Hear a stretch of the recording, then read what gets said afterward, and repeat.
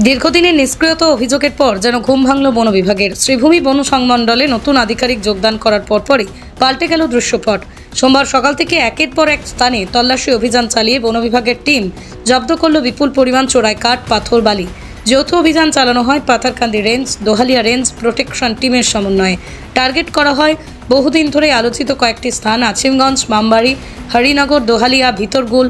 অভিযানে পাওয়া যায় বেশ কিছু অবৈধ সমিল। সেখান থেকে উদ্ধার হয় ২৫০০ ঘনফুট চোরাই কাঠ, যার বাজার মূল্য ১০ লক্ষ টাকারও বেশি। এছাড়াও জব্দ করা হয়েছে একটি পাথর ভর্তি টিপার, বালু ভর্তি একটি মিনি টিপার। অভিযানের সময় বেশ কিছু সন্দেহভাজন ব্যক্তিও ঘটনাস্থল থেকে পালিয়ে যায় বলে অভিযোগ। বন বিভাগ সূত্রে খবর, এদের চিহ্নিত করে আইনি ব্যবস্থা নেওয়ার কাজ চলছে। স্থানীয়দের দাবি, এই চোরাই ব্যবসা দীর্ঘদিন ধরেই চলে আসছিল। বারবার অভিযোগ করা হলেও আগের বন কর্তৃপক্ষ কার্যত নীরব ছিল। ফলে প্রাকৃতিক সম্পদের এই লুট চলতেই থাকে দিনের পর দিন।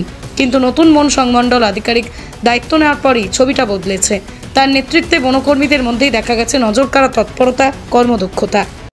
গতকালকে আমার একটা অপারেশন সাকসেস হয়েছে বলে ভাবিছোঁ। আমি যিমানখিনি পাৰোঁ আমাৰ ওপৰৰ ইনষ্ট্ৰাকশ্যনৰ মতে আমাৰ যিটো কালি প্ৰটেকশ্যন আৰু দোহালিয়া ৰেঞ্জ আৰু পাথাৰকান্দি ৰেঞ্জত যিটো আমি অপাৰেশ্যন কৰিছোঁ, এইটো প্ৰায় সফল হৈছোঁ।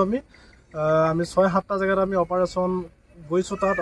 তাত আমাৰ মেচিন উদ্ধাৰ হৈছে আৰু লগতে আমাৰ কিছু ইলিগেলি যিবিলাক কাঠ আছে, কাঠ আমাৰ উদ্ধাৰ হৈছে। আমাৰ প্ৰায়তো ২,২৫০ ফুট হ'ব কাঠ, আৰু প্ৰাইচ হ'ব আপোনাৰ ১০-১২ লাখ টকা, ৮-১০ লাখ টকা।